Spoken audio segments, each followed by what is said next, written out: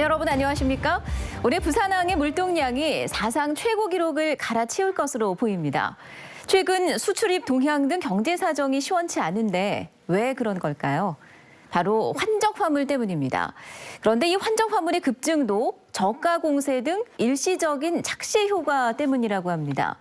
부산항 운영 시스템의 개선이 필요해 보입니다. 첫 소식 박준호 기자가 보도합니다. 부산항 물동량이 올해 역대 최고치를 기록할 것으로 전망됩니다. 지난해 2,049만 개보다 5.8% 늘어난 2,167만 개로 예상돼 세계 5위 항만 위상을 되찾을 것으로 보입니다. 물동량 증가의 가장 큰 요인은 환적 화물. 수출입 화물이 제자리 걸음을 하는 가운데 환적 화물은 10% 이상 성장했습니다. 미중 무역 전쟁에 따라서 중국의 화주들이 고율 관세가 부과되기 전에 미리 화물을 밀어내기 위해서 부산항에서 환적을 정대시키고. 하지만 환적 화물에 의존해선 부산항이 성장세를 이어가기 어렵습니다. 해마다 200억 원 안팎의 인센티브를 지급하며 물량을 사오는 데다 하용료가 3만 원대로 턱없이 낮기 때문입니다. 여기에 화물 운임 최저가 입찰이 운송요금을 대폭 낮추고 있어 항만 근로자들은 물량 증대에도 오히려 경제적 고통을 겪고 있습니다. 이 생태계 자체가 새롭게 개선되지 않으면 지금처럼 항만 물동량은 증가를 해도 항만의 물류기업과 항만에서 일하는 인력들은 수익이 계속해서 감소하는 악순환이 계속될 가능성이 높습니다. 부산항 경쟁력을 높이기 위해선 덤핑식 물량 확보보다 글로벌 물류기업 유치와 일자리 창출 등 고부가가치 사업을 키워야 한다는 지적입니다. MBC 뉴스 박준호입니다. 네, 이런 가운데 국내 첫 컨테이너 운송업계 협동조합인 부산항 운수협동조합이 내일부터 환적 화물 수송을 중단하기로 결정했습니다. 조합 측은 대형 운송사들이 운임을 제대로 주지 않는 데다 부산항만공사가 사무실 임대료와 운영비 등 지원 약속을 지키지 않아 수송을 중단한다고 밝혔습니다. 부산항만공사는 다른 운송업체의 도움을 받아 환적 화물 수송에 나설 계획입니다. 유독가스 누출 사고가 발생한 사상구에는 부산의 폐수 처리 업체의 절반 이상이 몰려 있습니다. 즉 이번 사고처럼 유독물질의 유출 가능성이 언제나 열려 있다는 얘기인데요. 대비는 허술합니다. 류재민 기자가 보도합니다. 사상구에는 폐수 처리 시설이 밀집해 있습니다. 부산 전체 폐수 처리 업체는 10곳. 이 가운데 7곳이 학장동과 감전동 등 사상구 지역에 모두 몰려 있는 겁니다. 지난 28일 황화수소 누출 사고 당시에는 일부 가스가 밖으로 새어나가 인근 주민들이 호흡에 어려움을 겪기도 했습니다. 저기 고체처럼 뭉쳐 있으면 상관이 없는데 가스는 퍼지니까 그게 문제죠. 공장이나 연구소에서 배출되는 폐수의 처리 비용은 톤당 평균 10만 원. 하지만 돈을 더 주면 독성이 더 강한 물질도 처리할 수 있습니다. 여러 업체에서 들여온 폐수는 이런 집수조에 모으게 되는데 이 과정에서 유독가스가 발생될 가능성이 높습니다.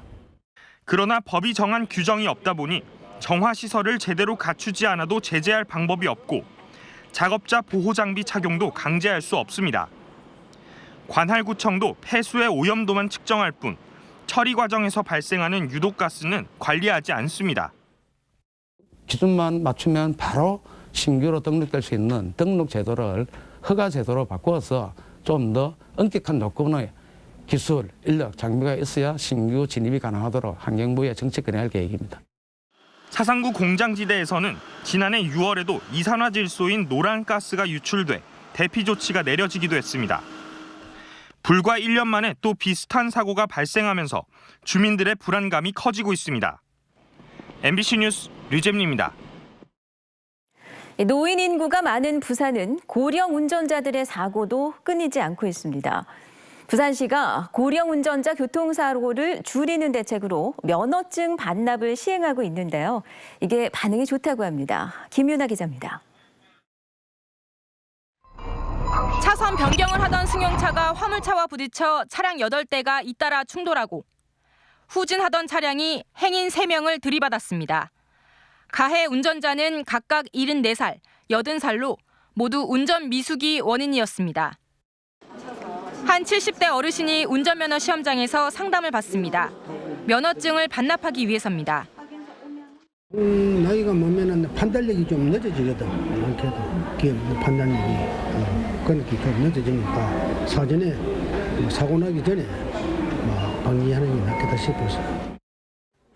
지난 7월 65살 이상 운전자의 교통사고를 줄이기 위해 지자체 중 처음으로 고령자 운전면허증 반납 제도가 시행됐습니다. 반납자에겐 10만 원권 교통카드와 상업시설 할인 혜택도 제공됐습니다. 그 효과는 어땠을까? 한 달에 30건에 그쳤던 신청은 시행 첫 달 1,500건으로 급증했고 10월 말까지 모두 3,746명을 기록해 지난해보다 7배 이상 늘었습니다. 실제로 운전을 하시다가 깜빡깜빡 교차로에서 인지기능이 떨어진다든지 시력이 저하돼서 본인뿐만 아니라 주변 분들의 안전까지도 위협이 되겠구나라는 인식을 하시기. 동시에 고령 운전자로 인한 교통사고 사망자 수도 절반 가까이가 줄었습니다. 부산시는 내년엔 지원을 대폭 늘리고 조례 개정도 추진할 계획입니다. 운전면허증을 반납하는 것은 자신의 이동권을 스스로 내려놓는 일인 만큼 보다 다양한 혜택을 통해 운전자들이 자발적으로 참여할 수 있도록 인식 변화와 제도 정착이 필요해 보입니다. MBC 뉴스 김윤아입니다. 연말 어려운 이웃들에게 사랑을 전하는 자선냄비 모금 활동이 시작됐습니다. 구세군 부산 경남 자선냄비본부는 오늘 오후 서면 롯데백화점 광장에서 오거돈 시장과 김석준 교육감이 참석한 가운데 구세군 자선냄비 시종식을 열었습니다. 2018 구세군 자선냄비는 전국적으로 145억 원을 목표로 전국 300여 곳에서 모금 활동을 펼치며 거리 모금을 비롯해 물품 후원과 온라인 모금도 진행됩니다. 부산시가 오늘 오전 시청에서 아디다스로부터 스포츠 문화 확립과 활성화를 위한 체육발전기금 1억 원을 전달받았습니다. 아디다스는 지난 2013년 부산시 부산 MBC와 함께 건강한 삶 문화 제공을 위한 업무 협약을 체결한 바 있으며 지난 4월에 개최한 아디다스 마이런 부산대회 참가비 일부인 이번 기부금을 기부해 부산시 장애인 체육회에서 사용될 예정입니다. 조명래 환경부 장관이 오늘 낙동강 하구뚝을 방문해 수생태계 보전을 위한 하구뚝 운영 개선 추진 사항을 점검했습니다. 조명래 장관은 낙동강 하구뚝에서 지역 민간단체 전문가들과 간담회를 갖고 수질 악화와 먹는 물 안전 등 낙동강 물 문제 전반에 대한 의견을 들은 뒤 낙동강의 수질 개선이 우선돼야 한다며 내년까지 방안을 마련하겠다고 밝혔습니다. 또 현장 소통을 강화해 하구 수생태계 복원과 물 이용 등의 차질이 없도록 추진하겠다고 덧붙였습니다. 어제 저희 MBC가 단독 보도한 부전천 복원사업 전면 무산 위기와 관련해 부산시가 추진 과정에서 문제가 있어 사업을 중단하겠다고 밝혔습니다. 부산시는 사업 과정을 들여다본 결과 지난 2016년 일부 구간을 2층식 하천으로 설계 변경하는 과정에서 환경부 사전 심의 없이 사업이 추진된 점이 발견됐고 감사를 통해 세부 내용을 확인 중이라고 밝혔습니다.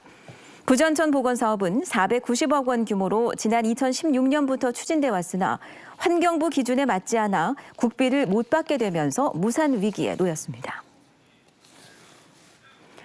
이번 주말부터 한 달여 동안 중구 광복로와 해운대구 구남로 일대가 빛으로 물듭니다.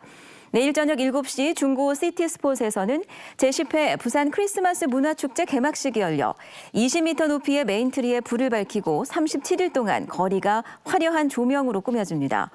또 내일 저녁 6시 제5회 해운대 락고 빛축제 점등식을 시작으로 내년 1월 31일까지 구남로 일대 1.4km 구간에 파도, 은하수, 달빛 등의 빛 조형물이 설치될 예정입니다.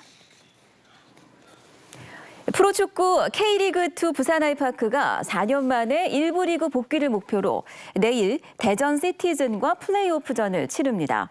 부산 아이파크는 정규 리그 9골을 뽑아낸 고경민과 호물러가 공격에 나서고 자카르타 팔렘방 아시안게임을 통해 스타로 떠오른 풀백 김문환이 뒷문을 지킵니다.